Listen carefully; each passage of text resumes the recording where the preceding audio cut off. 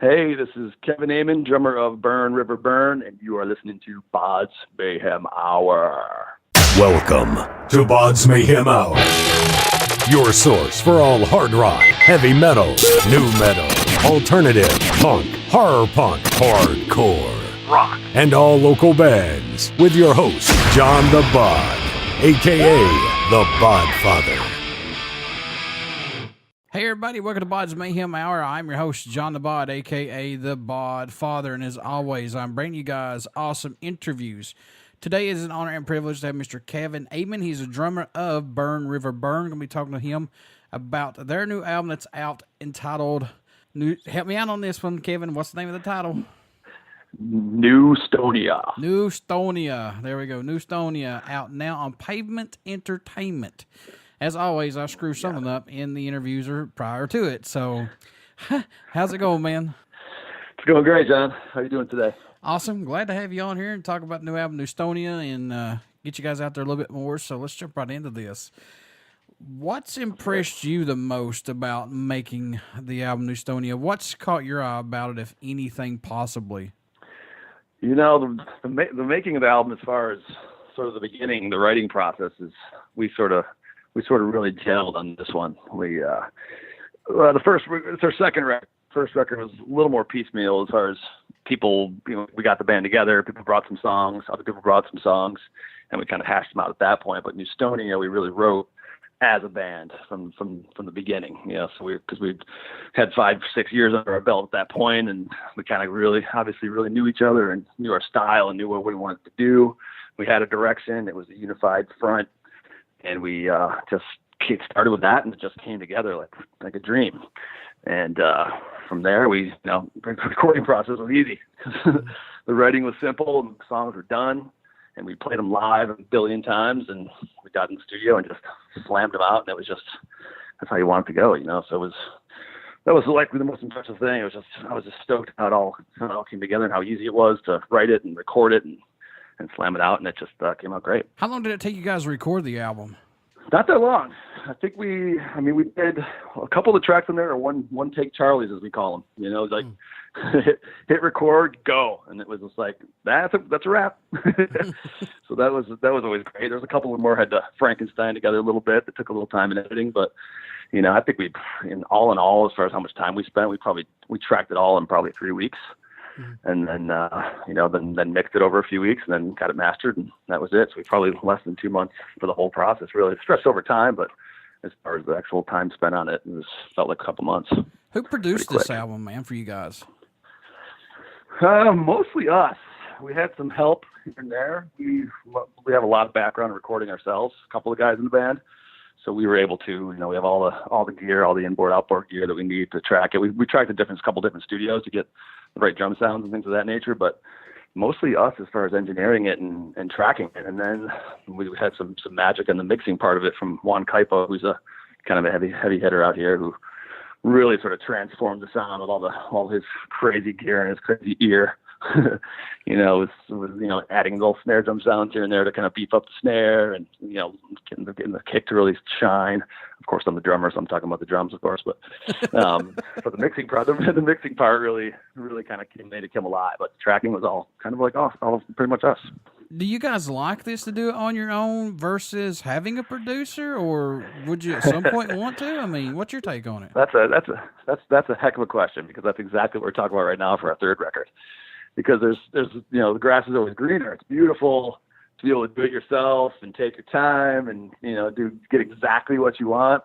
But then it's also great to have someone else's ear, someone else's input, someone else's hand on the trigger as far as getting an outside perspective. So I don't know. I go both ways. Some days I'm like, I want to do the third record kind of like we did the second record. And other times I'm like, it'd be nice to get someone else in there to sort of give their take on it. So we're definitely leaning towards the latter. We think for this one to get a different sound, to make it not the same kind of thing, to change the vibe, change the feel, to change the vibe of actual recording process too. You get in there with a studio with someone listening to you and helping you sort of tweak the songs a little bit. I think it could really take it to the next level. I think we got a few people in mind, a few speakers in mind in the area that we're probably gonna go that direction. So more of a producer kind of take on the next record, I think. Yeah, and plus, like you said, when you've got that extra ear in there to help out, who's not going to, lie to you about anything. I mean, they're going to push you hard on this too. So there you go.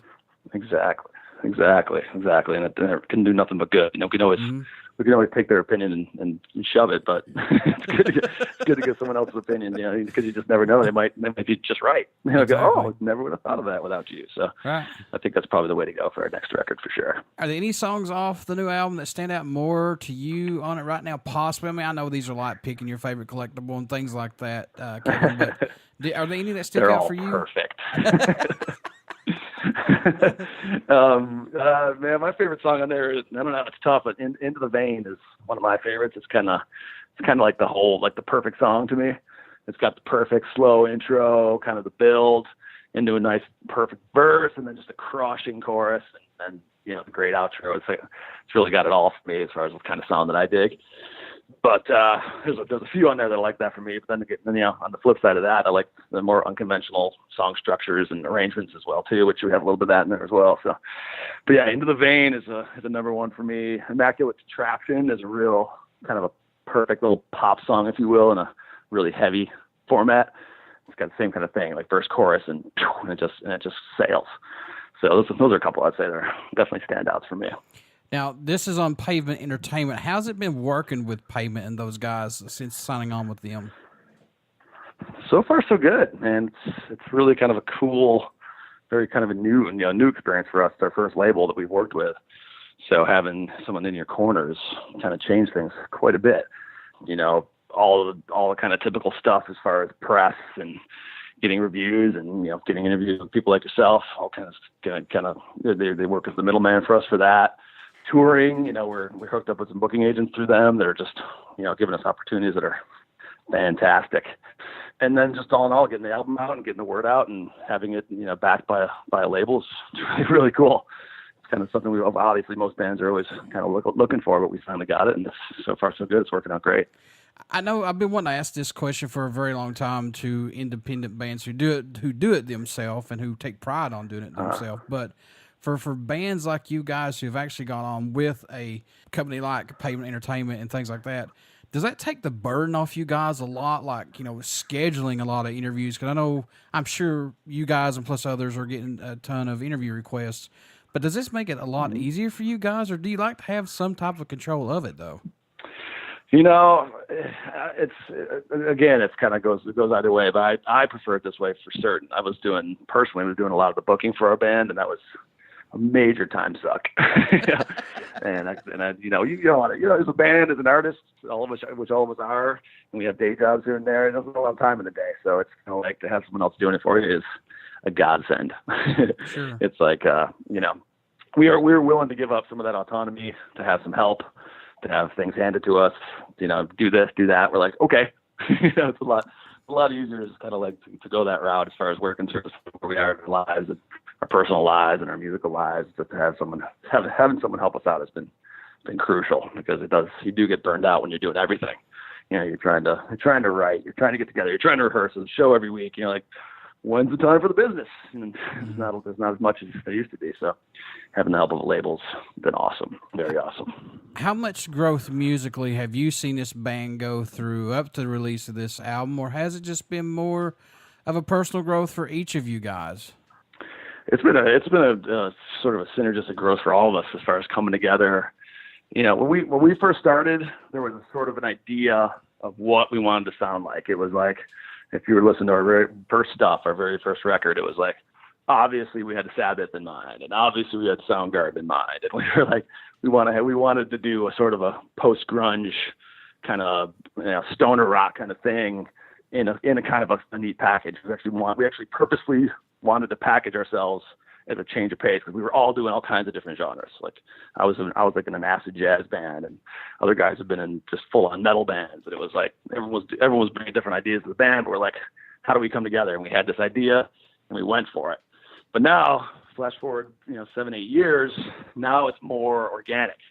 Now that we've done that and we've played together for this long, Now it's just like we can kind of go anywhere we want, and that's exactly what we're doing for the next record. And, there's an obvious difference between the first record, big second record, and the third record is going to be even more different because we're now more willing to stretch our wings, do a little of this, go a little proggy if we want to, and not feel like we've, messed with our sound because it is our sound. So we now organically create music that it is burn over burn, but it is not, set in a certain way. It's just what we do. So now we feel better as artists as a whole because now we do our music just as we want to do it, and it just comes across awesome. It sounds awesome. That's all we care about. So we're definitely grown as this band for sure. Do you do anything differently during the writing and recording process to maybe help keep your mind fresh and to open to new music and to not let the music get stale, go down a different path that you don't want to go down as you did before previously? Do you do anything differently to help you? Me personally, not particularly. I mean, we write coming from a different perspective as far as, we don't, I don't know. It's kind of like we're riff based for sure. So the riff usually starts the writing, and I have my guitar player as well as the drummer. So I sometimes will bring guitar riffs to the band as well. So I guess more open to new ideas would be the only thing differently as a group that we do. We have our guitar player's only been in the band about 4 years, and he's bringing a lot more riffs to the band. And that's sort of organically changing the sound. And our bass player is been in about 3 years or so, and he's starting to bring some riffs in the band and some ideas, and starting to speak up more. And that's what's creating this sort of new process. So, yeah, in a nutshell, we're just kind of, like I said before, kind of growing together, and it's great. What can fans expect at a show from Burn River Burn who have not got to see you guys as of yet? We pride our shows in sort of a mind-blowing, heavy experience. When we play out, we're looking for the kind of feedback that is better than bigger than other bands' feedback might be. The bands that we play with often are just doing rock and roll. They're kind of doing a straight edge, the kind of a retro sound. What we do, we think, is advanced and more evolved. We kind of try to create a moving experience from our live show, but of course vis-a-vis our songs. So when we're done playing, we often we want to hear like people's minds are blown, And I'm not saying that in an ego way. I want people to come up to us and be like, "Holy shit, man! Like, what a show! Like, wow! What are you doing? Like, this doesn't sound like anything." That's a lot of bands will tell you this, but one of the greatest compliments you can get is it sounds new. It sounds like I haven't heard this before. I've heard hints of it, but I haven't heard that and what you guys have done with the rock and the heavy rock genre. So that's what we strive for. That definitely comes across in our live show because we work hard at getting it tight, and we work hard at making sure our changes are right on and our set flows, and the song ends and we go right into the next song, or we take a minute to pause, or we merge songs together in a live show to make it really synergistic, and people pick up on that, I think. So that's how we know we're doing it right when we get done with the show and people are like, "Yeah, what you guys do, yeah, I like that." So that's what we try to do is crush them. We just try to crush them. So we're living in the digital era of recording albums and plus social media.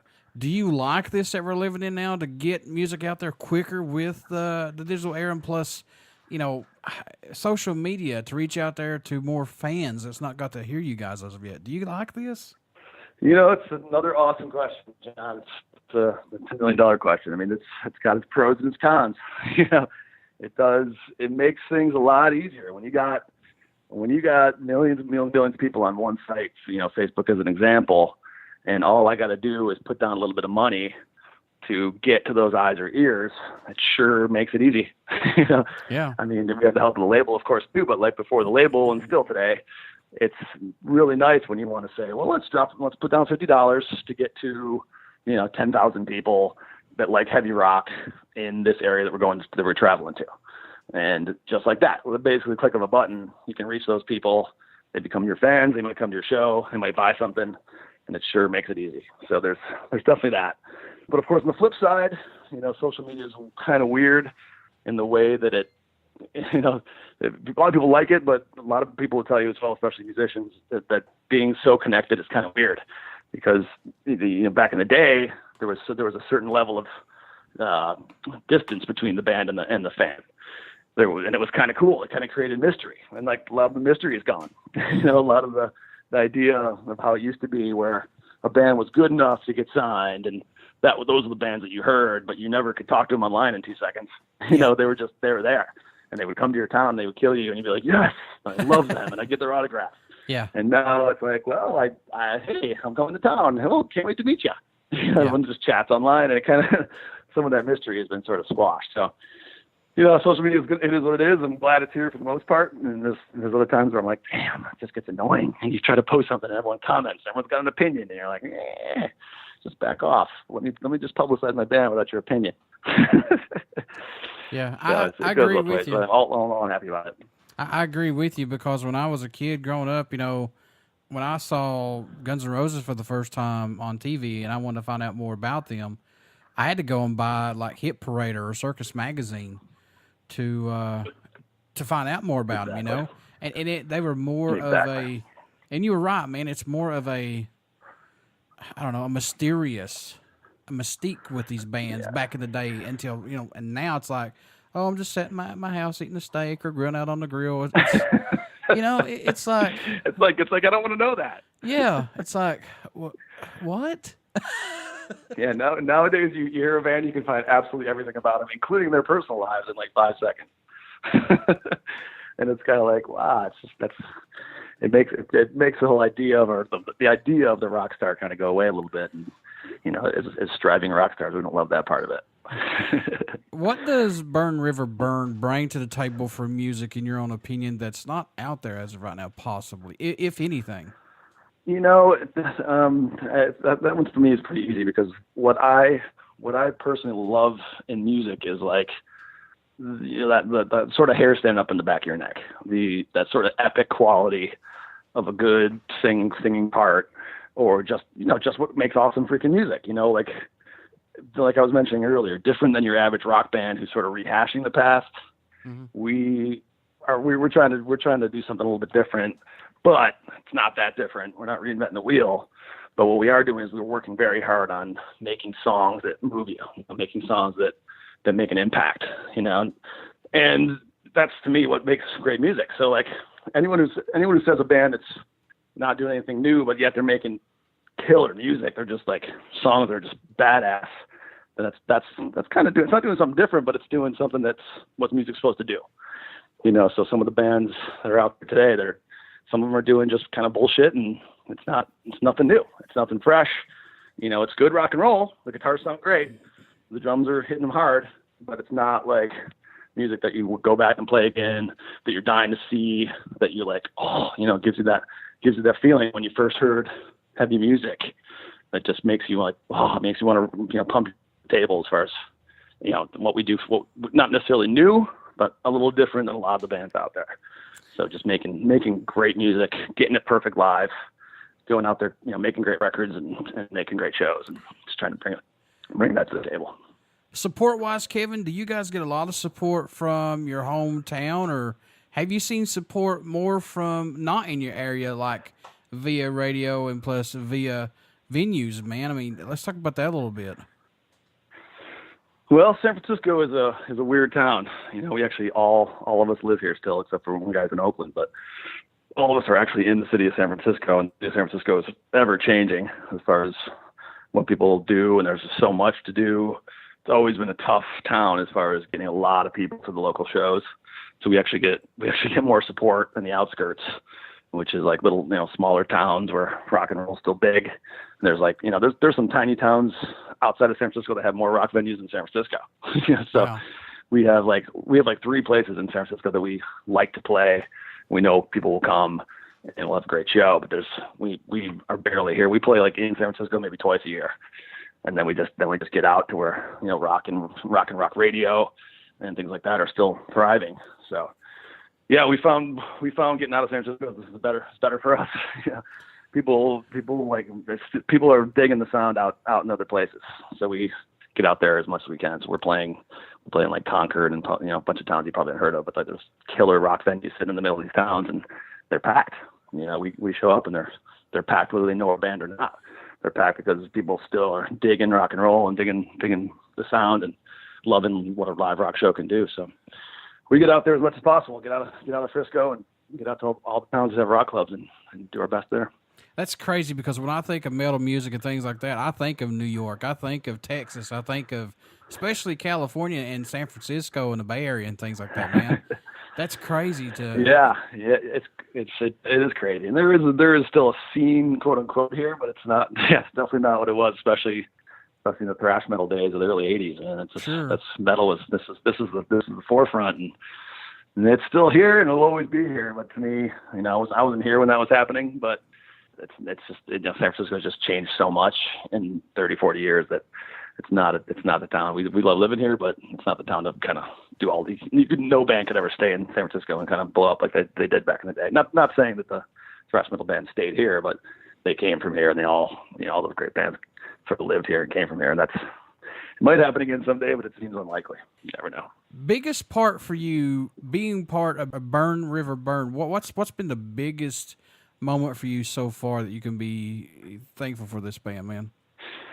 Man, I mean, as far as things that have happened to Burn River Burn, certainly getting signed was a goal. It was a big notch off the belt and a big testament that we're doing something right. When you get, we actually had a couple labels interested in us, and it was like humbling. It was like we were working hard for, at that point, 7 years even, just doing it all ourselves and just keep going and just staying together. I mean, keeping the band together is freaking hard, no matter how successful you are, especially when you're trudging in the small clubs like we did for 7 years, and just still getting along and still working at it and even getting better and better at our instruments and writing and stuff. And then to finally get a label or a couple labels interested in us and then signing, it was like, all right, here we go. Maybe we got what it takes.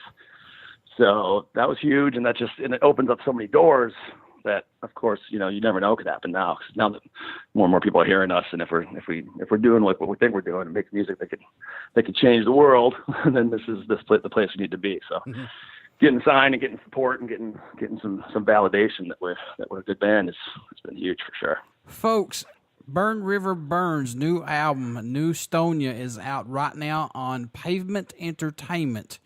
And get out and pick this album up. Give this band a like. Give them a chance, folks. You never know. You may dig them. Maybe your favorite band of all time. Who knows? Kevin, how can folks... Very likely. Very likely. What the crap? Sorry to interrupt you. Oh, dude. So how can folks stay in touch with you guys? Buy this album, pick up some merchandise, tour dates, tickets, whatever. How can they do that, my friend? Man, the easiest way is the website. We still have a good old-fashioned website at burnriverburn.com. So all the links are there with the album release. The album is up on iTunes and Apple Music and Amazon and all that good stuff. But as far as all the socials and the Facebooks and the Instagrams and all that stuff, you might as well go to burnriverburn.com, and all the links are there. So it's probably the best portal for us. Before I let you go, would you care to do a promo for the show? Absolutely. All right. Hey, this is Kevin Amann, drummer of Burn River Burn, and you are listening to BODS Mayhem Hour. Everybody stick around. We got some great music coming up, and you only hear these interviews right here on BODS Mayhem Hour and BODS Mayhem Radio Network. Thank you so much, Kevin. Hey, John, thanks a lot. Appreciate talking to you.